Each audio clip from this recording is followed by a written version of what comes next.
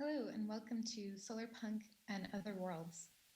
Solarpunk is a concept and movement tracing as far back as 2008, and it should come as no surprise that one of its earliest incarnations is a 2012 anthology originating in Brazil, home to the biodiverse and carbon sequestering Amazon rainforest. Solarpunk envisions what an environmentally and socially just world could look like and how we can get there, as well as alternative histories. As such, it offers a courageous and pragmatic counterpoint to more pessimistic storytelling, like dystopian cyberpunk. Specifically, Solarpunk presents healthy, sustainable, and fulfilling ways for humans to interact with each other in communities, as well as with other species and environments. These ideas are expressed as literature, art, architecture, fashion, and more. Solarpunk aesthetics range from global cities merging high tech with nature to rural areas with low tech and DIY components. Likewise, its narratives are broad yet always positive, spanning revolution and utopia. Yet, as with any broad movement, it's vulnerable to being co opted by dominant ideologies. Search the term solarpunk, and you'll find greenwashed images of leafy luxury condos and parking garages, and highways embedded in forest cover without a human in sight. Even with the right representation, solarpunk could get mired in a naive, largely aesthetic existence, just another fantasy to escape to. Despite its appropriation, solarpunk, living within planetary boundaries as an organizing principle, is a refreshingly sincere and coherent signal piercing through the chaos of overwhelming, infinitely updating social media timelines, psyops conducted over ad networks to disorient and divide, and paralyzing overlapping global crises. The list goes on. But what might be missing from solarpunk imaginaries? And what role, if any, might digital spaces play in a just and prosperous low-carbon future? Today's panel, Solarpunk and Other Worlds, will explore these questions and more, and features the following speakers. Luiza Prado, an artist, writer, and researcher whose work examines themes around reproduction, herbal medicine, coloniality, gender, and race. Jay Springett, a consultant strategist specializing in the distributed web, metaverse, and world running. And Sarah Friend, an artist and software engineer specializing in blockchain and the P2P web. Welcome and thanks for taking the time with us to be here today. So my first question is directed towards Jay. Hegemonic ways of engaging with the world and the rhythm of time our lives are structured around aren't serving most of us. Our world is accelerating deeper into ruin as humans increasingly extract natural resources, make products and sell them, and generate waste, making the rich richer. To build a new, desirable world from these ruins, do we require a specific and unified political and even metaphysical vision, which solarpunk as a broad movement might not be currently attending to? What could this look like, and how can we ensure solarpunk remains inclusive? Or else, if ontological pluralism is preferable, how might solarpunk serve this end? Thank you. Really happy to be on the panel with Branch Magazine and ours. That's a pretty big question. There's quite a lot in there.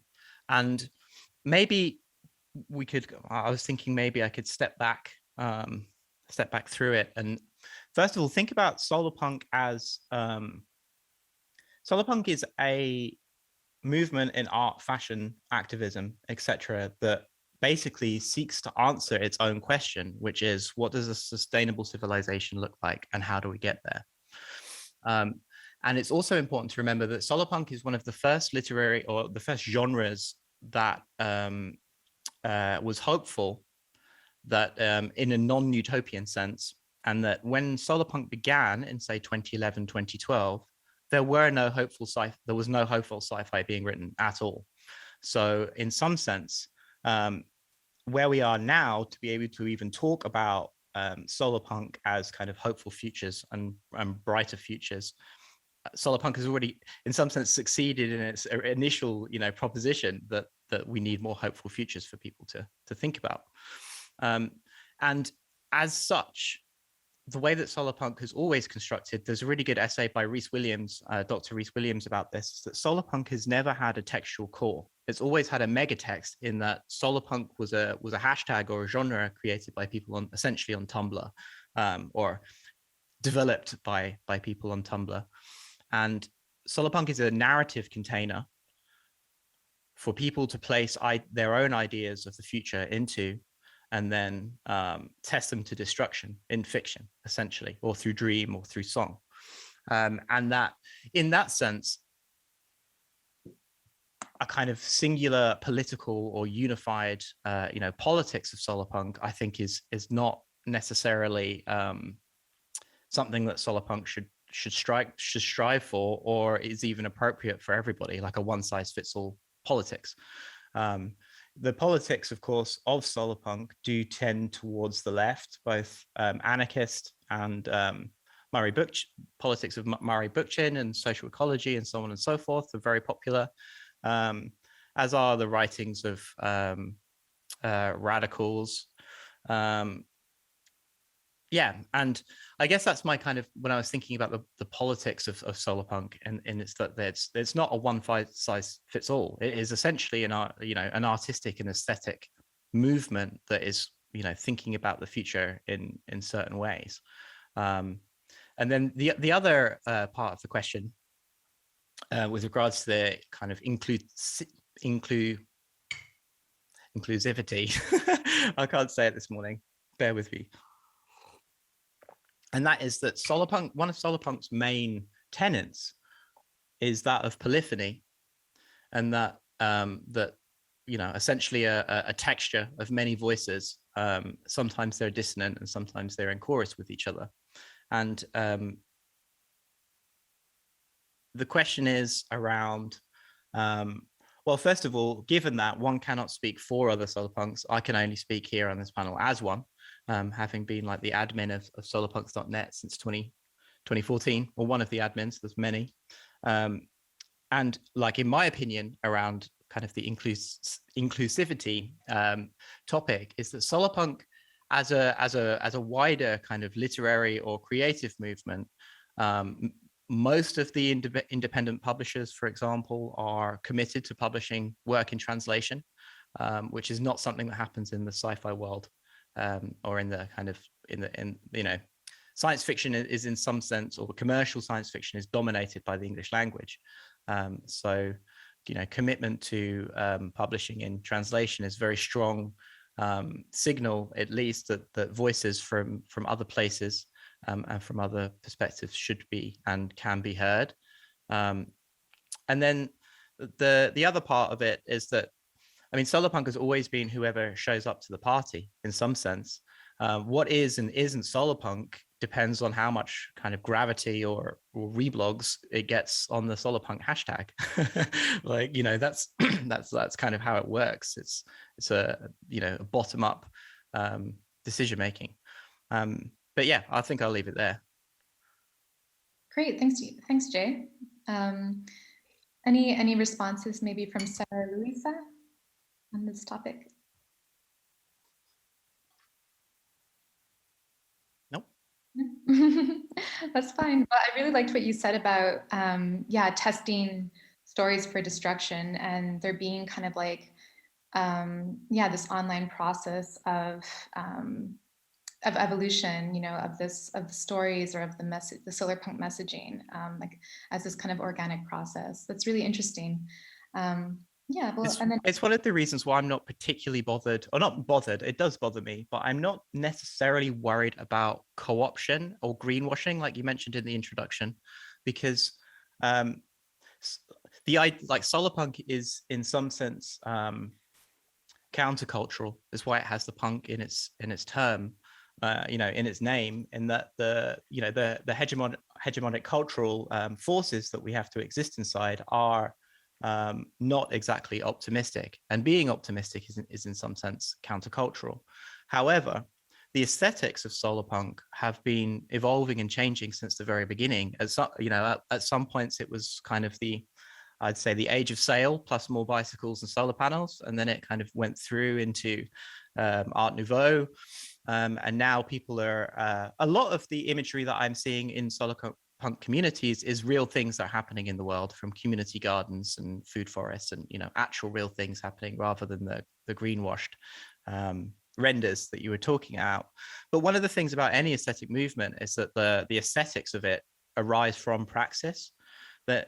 So as much as we may cringe to admit it, if there are, you know, commercial people who are using bright green imagery in their and they're serious about it, then that means that they are in some sense, you know, in the same current as other people who are also talking about a brighter green future. And I think people might disagree with me, but you know, like the if aesthetics do in fact arise from praxis, then you know it wouldn't surprise me, and it doesn't surprise me that the real question is whether it is actually greenwashing or the people using the imagery are serious.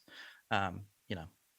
So I actually do have a question, or maybe relevant example, which is something that you and Jay, I think, have interacted about on Twitter. And it's the Amazon headquarters in Seattle, which I think is like quite a fascinating building from an aesthetic perspective. It's these, I mean, Google image search it. It's these like spherical domes with lots of greenery around them. And on some level, this feels like solarpunk aesthetics. But I think when I posted something about this on Twitter, Jay, your response was, I wouldn't call this solarpunk because there are no people in the photo. So I wondered if you maybe had anything to elaborate on. I mean that's kind of become a test for whether people are serious about the future imagery that they're producing or not, because you know it isn't a future if there's no people in it. It's like it just is an image, and if you apply that test to a lot of the images that you see under the whole Solarpunk Google image search, or you know the end of the hashtag, you can quickly begin to filter out what is and isn't a future that's serious about having people about people being inside it, you know. And it also really works for whenever you see kind of any of those kind of rendered futures across, you know, even some sci-fi movies don't have any people in them in the backgrounds. It's just the cities. Totally. And I think this point around practice is really interesting. Like, I think that moves both backwards and forwards. Like, there's, you know, definitely solarpunk stories that offer maybe like prescriptive actions you can take that are solarpunk. But then also, I found having, you know, as an environmental activist and also working in the climate change space, like, I kind of looked back on things I have done previously and then realized, oh, that was solarpunk, you know, which was like a really interesting process. So for example, I'm really interested in food sovereignty. So I was volunteering for a dinner here that where we like basically collect donations for food, but we cook the food and we serve the food to the homeless, but we also sit like amongst like the individuals who are there. So it's more of like an integrated process where there's conversation flow happening and not kind of like a soup kitchen where there's a barrier, you know, between you and the other individuals there. But what I found was that we were not receiving enough donations. So I ended up going out and foraging like greens that were rich in micronutrients, and then like big batches of these greens, making salads and integrating those things into the recipes. And it was this like incredible realization that like, you know, that's kind of like the first step of this process, but what's like the galaxy brain version of that? Like, how do we bring food sovereignty further into a community like this, you know, potentially bringing people out to like identify these plants, or like, you know, reinvigorating our sense of of kind of like folk knowledge, or like, you know, understanding of the plants that might, edible plants and fungi, for example, that might be existing like in your community, as a way to kind of sidestep, you know, the capitalist machine of supplying food, let's say. And then so looking back on that, I was like, oh, that's actually, you know, solarpunk action. And and that really got me like more and more interested in the movement. So Cool. but That yeah. sounds awesome. Thanks. But definitely, actually, speaking of herbalism, I'm reminded of Luiza Prado's work. And I think that like segues us nicely into the next question, which is directed towards Luiza. So as with Afrofuturism, solarpunk can be used as a radical tool for systemically oppressed groups like Indigenous people and other people of color, queer communities, women, etc., to create alternative histories and futures that code in estranged cultural memories dominant groups have attempted to destroy. However, much of solarpunk cultural production is occurring in largely white areas of the global north. Moreover, these cultural items often draw from traditions of oppressed groups, such as Indigenous ecological knowledge and practices. So with this in mind, how can Solarpunk meaningfully do decolonial work and resist colonial ideologies? Thank you, Christine, for inviting all of us for this panel. When you first invited me, I want to give you kind of a background before going to my answer itself. When you first invited me, it was, I felt very curious about the whole thing because I had never had contact with solarpunk, with the idea of solarpunk. Although, as you mentioned in one of your first emails, it does have an origin in that anthology published in Brazil. It does have that connection. It is not something that is widely known, I guess. But at the same time, it made a lot of sense to accept the invitation because the topics that it talks about are topics that relate to my research and to my work. And as with many things, I tend to have or to be kind of cautious around certain concepts and certain ideas or movements being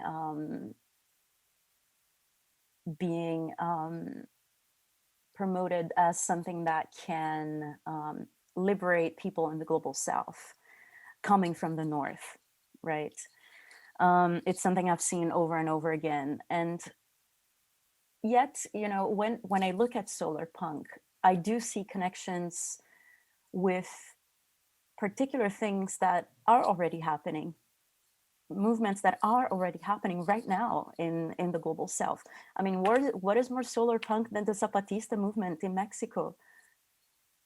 Or it's just, it doesn't need to be called solarpunk, but it is, you know.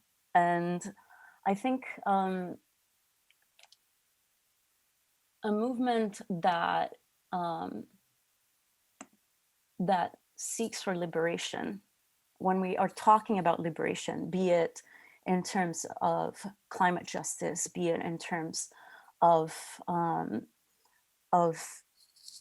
gender justice, be it in terms of racial justice, and all those things are intrinsically connected. There's no way of arguing for the end of capitalism without arguing for the end of racializing structures and the I mean, this is, when we talk about capitalism, we're talking, you know, the problems that capitalism creates for the environment, for the climate. Who is being more affected by that?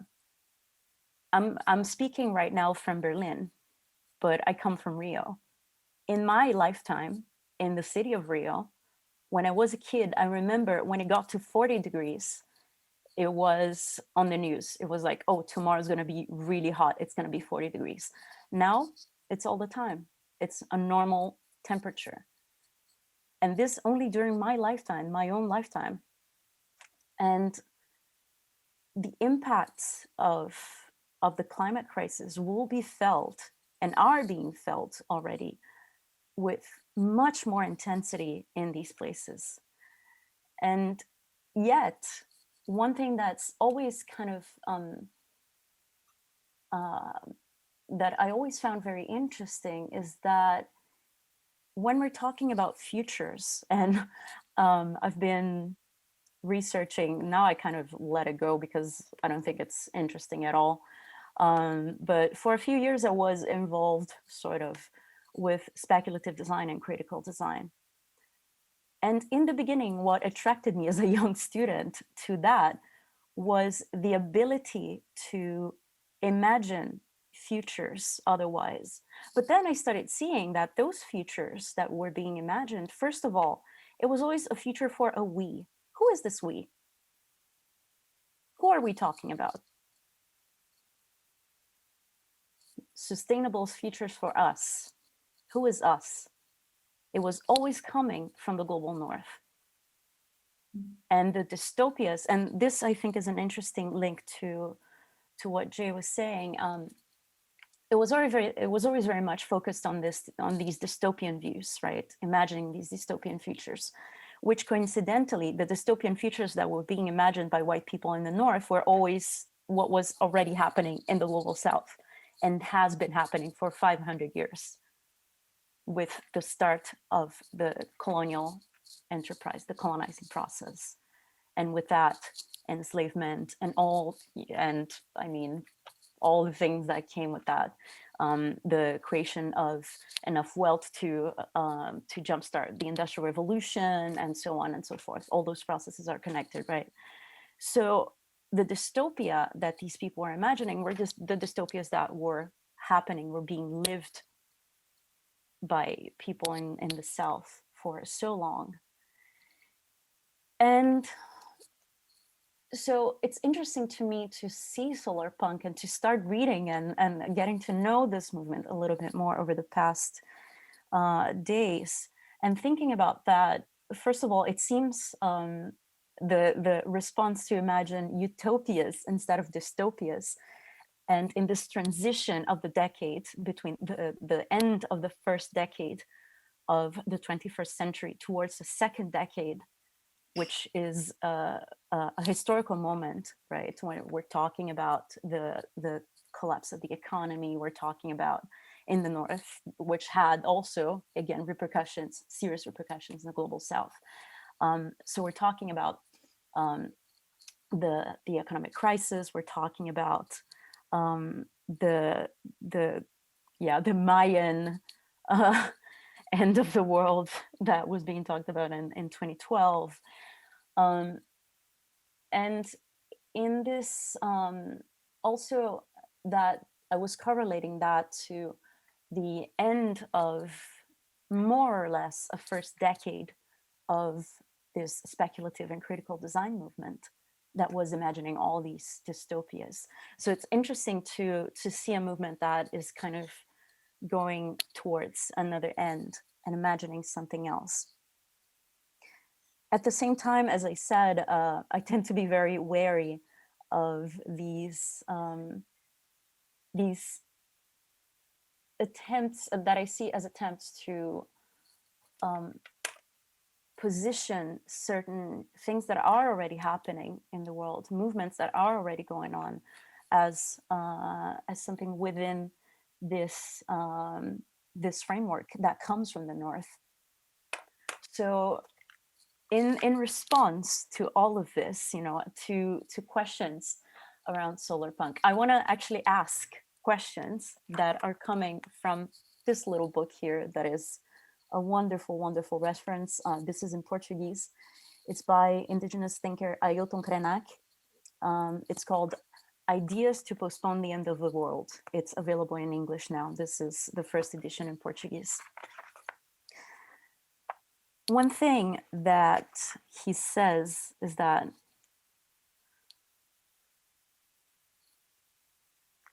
here, he asks, when discussing the idea of sustainability, he says, when we're talking about natural resources, we're talking about natural resources for whom?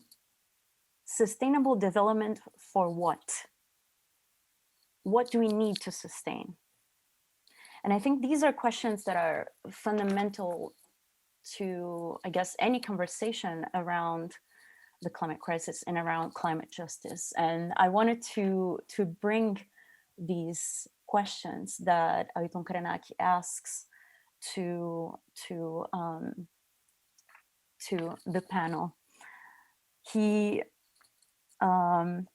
maybe I'll go a little bit further and just finish his thought. He says, the idea that us, the humans, are able to disconnect from Earth, living in a civilizatory, I'm translating as I speak, in a civilization abstraction is absurd. It suppresses the diversity. It denies the plurality of forms of life, existence, and habits. It offers the same menu, the same costume, and if possible, the same language to everyone. So I'm going to stop here and use this as a prompt to kind of continue the conversation.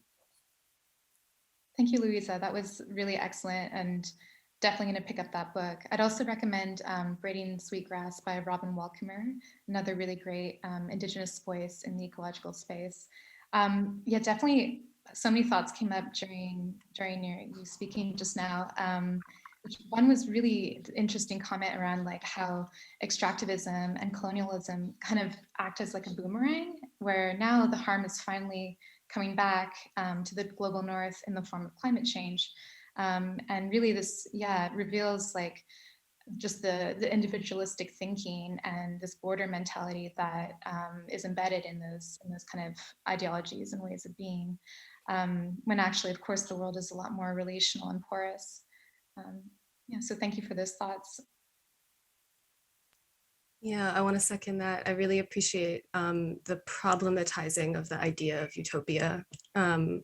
And the way you spoke about it as something, Solarpunk is something getting written onto the global south by the global north, maybe. I guess I feel like in this context of talking about hopeful imaginaries, it's also worth considering the history of utopias as being this sort of actually very problematic history of imaginaries by mostly white men from the global north, sitting, designing perfect coordination systems and societies and architectures with an imagined absence of conflict, which, yeah, it's just worth having on the mind as we consider utopias. Definitely. Well, actually, that brings me to the question for you, Sarah, which is doomerism, the belief that we're unable to avert a mass extinction event due to climate change, and therefore there's no use in trying, is a relinquishment of agency that's easily gaining popularity in a society exhausted by relentless decay, what many refer to as late-stage capitalism. Some of these fatalists argue this is history simply repeating itself. Collapse occurs when old dominant ideas no longer serve us. Yet, never before have we been so keenly aware of our own prospective end. Might Solarpunk, as an embodiment of this self-consciousness, be the key to imagining economic alternatives to capitalism, thereby averting collapse?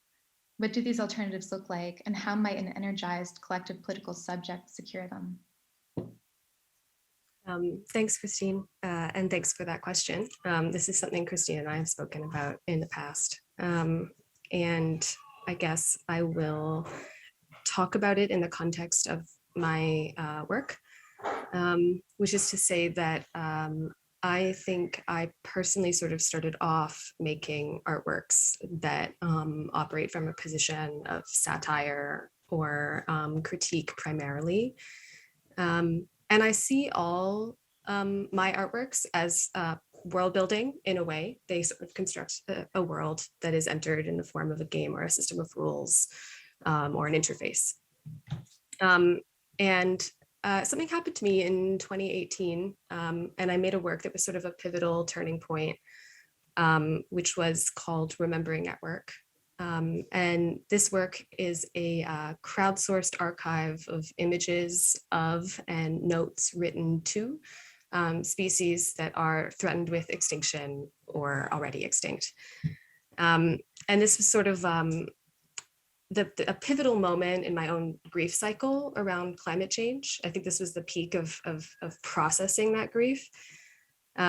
And really since then, I've felt like it's important to rise to the challenge of adding a root in the work to a hopeful future or a path forward. I started to have this feeling like dystopias were being created around me all the time, faster than I could even process them, and that it was almost too easy as an artist to replicate them further. And so since then, it's been sort of core to my work to always have that pathway. And actually, speaking of sort of hopeful imaginaries, I would like to mention that I'm calling in today from the Starship Enterprise, which is a older but maybe good example of a fairly positive future. And so in terms of my more recent work, I guess I've been making two of my recent projects take the form of systems, which are in a way games, but games more like game theory games than like World of Warcraft style games. And they sort of present players with options about how to interact. And they have the choice to sort of collaborate with others, to behave in a generous way, or to sort of not do that, to not collaborate, or to defect, as you might say in the prisoner's dilemma context. So the hopeful worlding there is sort of, on my part, how I am imagining the audience is a form of hopeful worlding to me. I guess to get to the second part of the question, which is economics, and what might a sort of solarpunk economics look like. I can't speak to the genre, and I'd be curious about hearing from the others how they might characterize the sort of economic systems of solarpunk. I think a lot of utopian imaginaries that I relate to actually don't have money in them at all, which is worth thinking about. I certainly think about it a lot. But I think there are also maybe a relevant thing to speak about a little bit is a project I worked on for a long time called Circles UBI, which is a community currency that contains mechanisms that lead to a more equal distribution of wealth over time. And Circles UBI is real, like it is a production system that you can sign up for. But it's also, it operates on a second layer, I think, all the time, which is the layer of the imaginary. And it's almost more effective as an idea than as a practical system. Because if we can imagine Circles UBI, we can imagine economics that are fundamentally different than the the dominant ones we interact with now. And there's a rich history of community currencies outside of Circles UBI operating, local currencies, other sort of digital currencies that have wealth redistribution mechanics embedded in them, all of which I think are maybe useful for the conversation around solarpunk economics. I'll end there for now. Oh, I think you're mute, yeah. I got it. Thank you so much for those thoughts. Yeah, I'm definitely thinking a lot about, I think like in some of the solarpunk renderings I've seen, there seems to be, yeah, a focus on like community. And so I think, a UBI concept fits in really nicely there. Also personally, there's a lot of interest in, like I have a personal interest in degrowth, and I think that could be something that would be, articulated in solarpunk stories. So particularly like with the decolonial aspect of degrowth, where it's actually degrowth in the global north and growth in the global south. And this real, it gives like a real opportunity to look at, yeah, like material, like distribution of material, redistribution of material resources as something that's both an act that's like to do with climate justice, but also with social justice, like at an international level. So yeah, definitely really interested in the thoughts of like Jason Hickel on this in particular. He's tweeting a lot about degrowth. So if anyone wants to learn more about degrowth, I recommend following him. Yeah, I think the relationship of, I was thinking about this just last night, like what would a degrowth currency look like? And it's a tough question, but I think that the relationship of degrowth to UBI is a complex one. UBI often results in, or often means, sort of issuing more money, which typically is something a government would do when it wants to encourage growth. So you have this, a question maybe about how these things might interact. I think there's also sort of a possibility of how much of industrial production is happening in our society only because of the need for money to provide your basic for your basic needs as well. So some subset of consumption and industry might collapse in a true UBI world.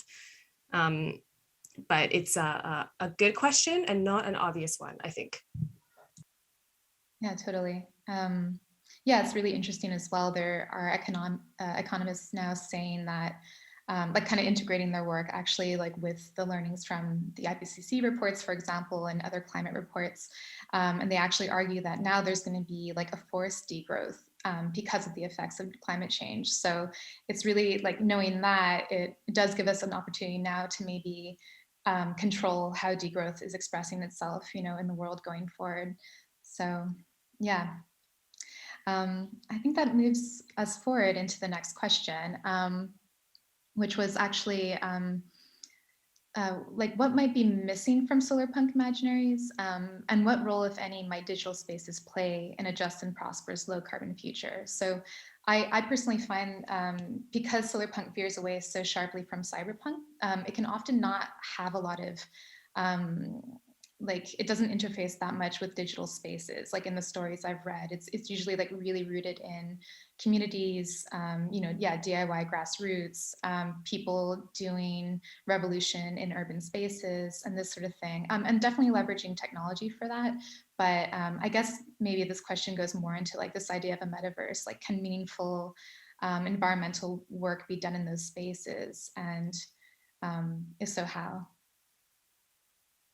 I think that's that's a really interesting question, and I mean, there's a couple of responses around that, and it's Solarpunk has always been really interested in appropriate technology as opposed to technology for technology's sake, and quite a lot of the early Solarpunk stories you'll find is essentially they are cyberpunk stories set outside the cities, and so in that sense, there's a lot of sort of writing about interfaces and you know, public data overlays in smart glasses and you know, things like that. But also just in terms of technology in general, the solar in Solarpunk doesn't just refer to kind of like the brining, that like the bright shining sunshine of a bright future. It also materially is concerned with solar panels, and we almost take it for granted that in the last 10 years that the falling cost of solar has, you know, that has plummeted basically.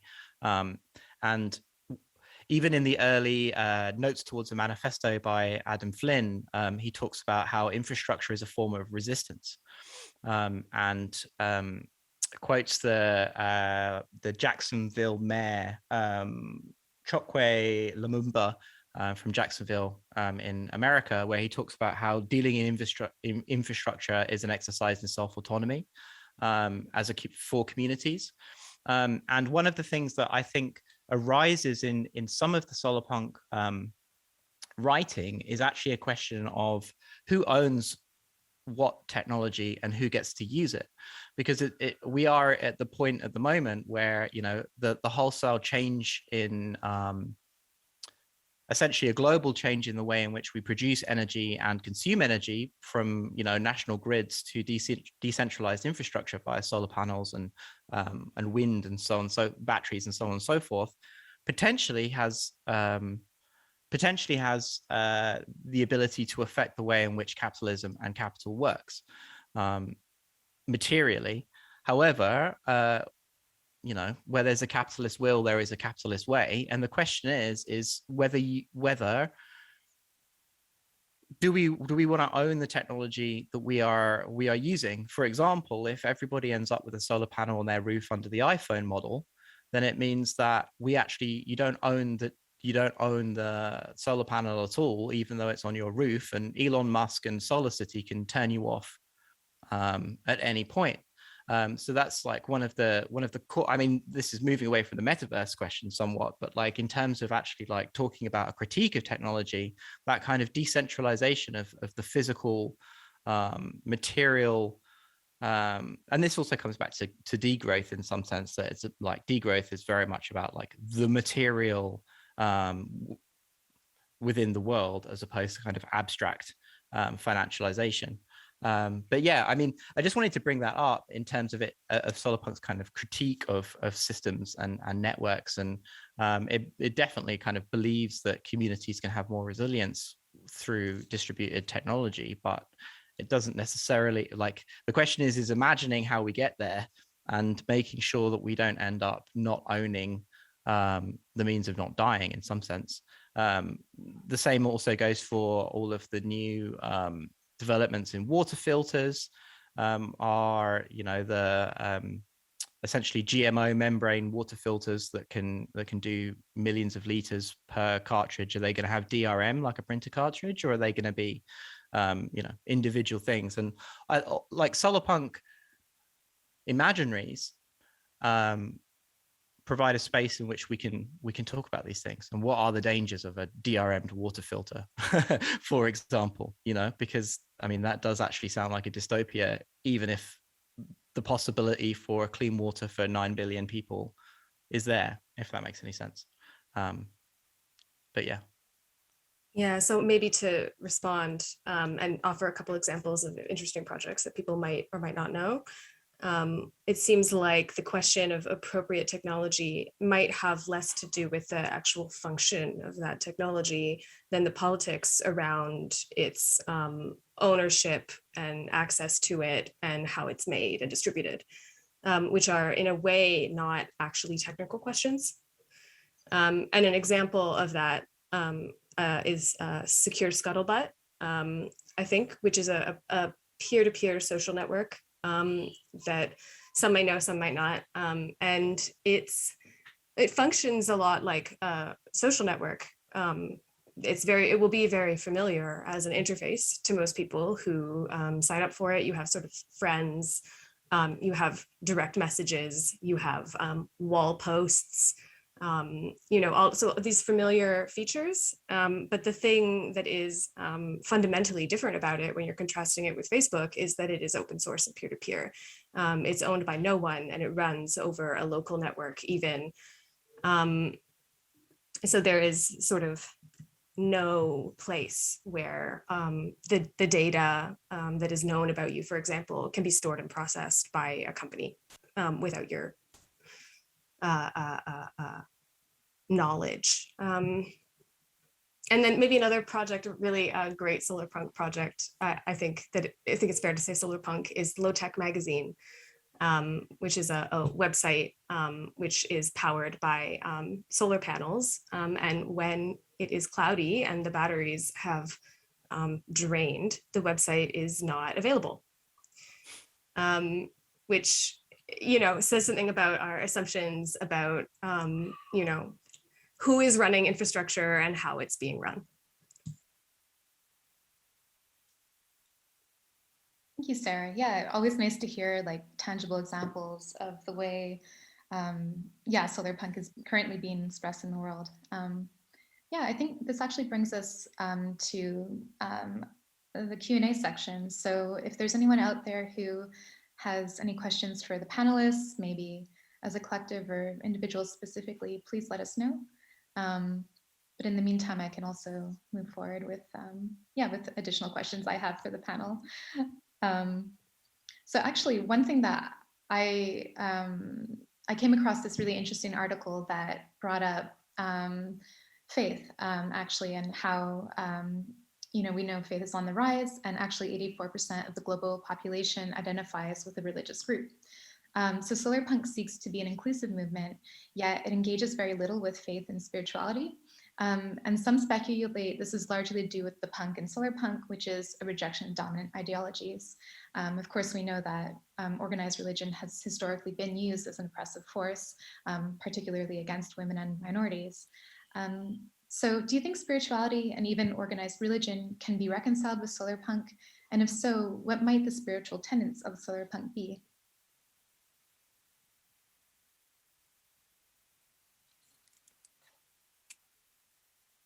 Can I Yes, I go? please. How would it not? Mm-hmm.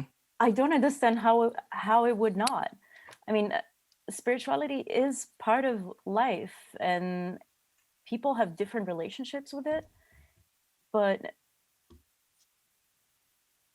determining that that a rejection to any kind of spiritual belief must be part of a movement.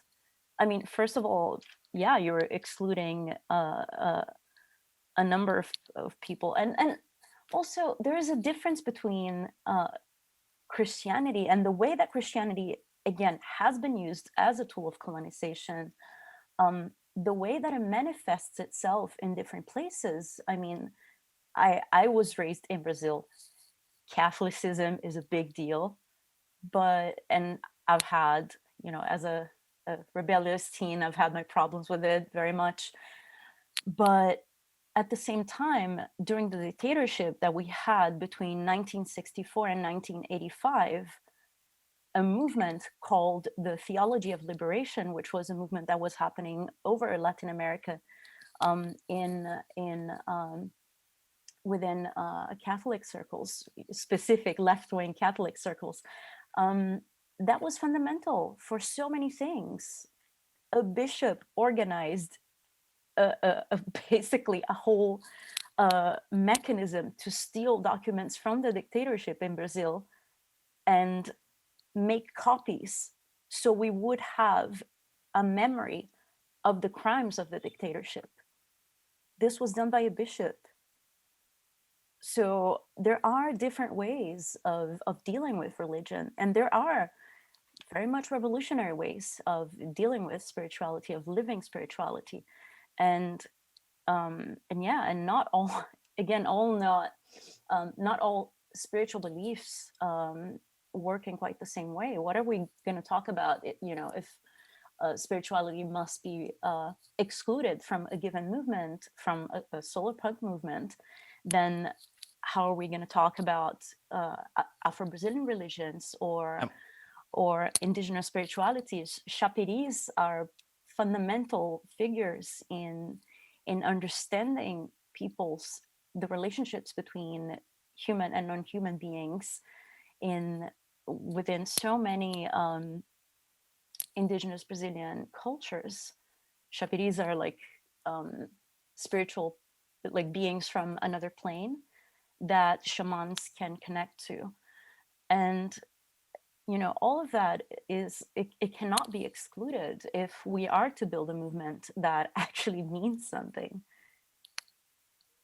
Yeah, I agree. And that was the article about religion in Solarpunk was by Rob Cameron, and I really think it's worth reading if anyone's actually interested in writing their own Solarpunk, which is what Solarpunk is kind of designed to do. You can consume it, but really you should be dreaming of your own futures. And I think it's not a question of just whether Solarpunk needs to embrace spirituality. It is actually like kind of a wider question of the kind of decolonial turn that the entirety of the global north needs to take. Because, we talk about, you mentioned ontologies before, but an ontology is the sum total of things that can exist, and therefore things don't exist. Like by inference, and if like Solarpunk is coming from a place of inside its own kind of hegemonic culture where we are living in a despirited mechanistic universe, and therefore I think one of the biggest rebellions that anyone can make is to disagree with the nature of reality, and honestly, I think it just takes time for people to begin to write. Like, I mean, one of the questions, like as speaking for myself, not necessarily, as a Solarpunk, but, I don't need to believe in inverted commas. I don't need to believe in spirits and demons and gods. I know with a capital K that they exist. So if I was writing about those subjects, I'm coming from a much different place than from, the belief or kind of any sort of like relativistic understanding of another person's culture, if that makes any sense. But yeah, I mean, ultimately, I think it's all part of the wider decolonial project, because like these things are in relation, rather than things being relative. Thanks for those thoughts. They were great. And yeah, like when I was listening to you both speak, I also was thinking about just like how capitalism is actually operating under a lot of like this short-termism. So it's quarterly returns. And one kind of like topic that's come up quite a bit in environmental circles is this idea of like actually changing this temporality to align with natural organisms, the life of a tree, dynamics around fish repopulation and things like this. And we need to start, breaking out of this dominant mindset. And I actually think spirituality can potentially give Solarpunk the transcendence it needs to maintain this long-termism, to really embed like a kind of ancestral quality to the movement. There's this idea, how to be a good ancestor. And yeah, I think spirituality can really be a bridge to that, to really emphasize Luiza's thoughts as well. In my own work, I've been talking about how the short term is anything between the act of planting a seed and the tree reaching its full canopy height. So especially in Europe, if you plant an oak tree, that means the short term is 100 years, which, because you're making decisions essentially. And there's a concept in regenerative farming, which is the 1,000-year mistake, which means putting a ditch in the wrong place, or a 100-year mistake is planting the wrong kind of willow tree, for example. And all of these kind of like short-term and long-term things, I think means that we need to be extremely cognizant as people who are alive in 2021, that if we want a better world, that the fruits of our labor, we're not going to be around to enjoy them. We're not doing it necessarily for us, like, although these things, like, they are necessary, but like, we are not the people who are going to be the total beneficiaries of our activity.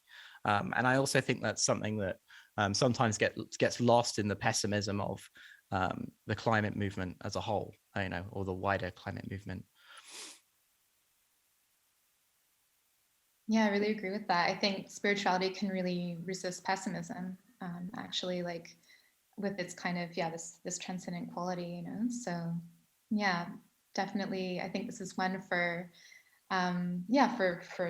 ourselves and the audience to reflect on, how we can integrate these things. All right, well, I think this leads us close to the end. I think this was a really great discussion spanning solarpunk as a genre, decolonialism, and alternative economics. So a sincere thanks to the guests, Luiza Prado, Sarah Friend, Jay Springett, as well as to our audience today.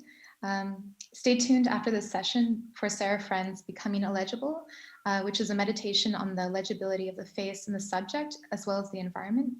After that, there will be a lunch break. And then please join back for the branch symposium at 13 o'clock for panel 2, Intercitizenships and the Internet of Solidarity and Care, with Andreas Colmenares moderating. Thanks again. Thank you so much, Christine and Luiza and Jay.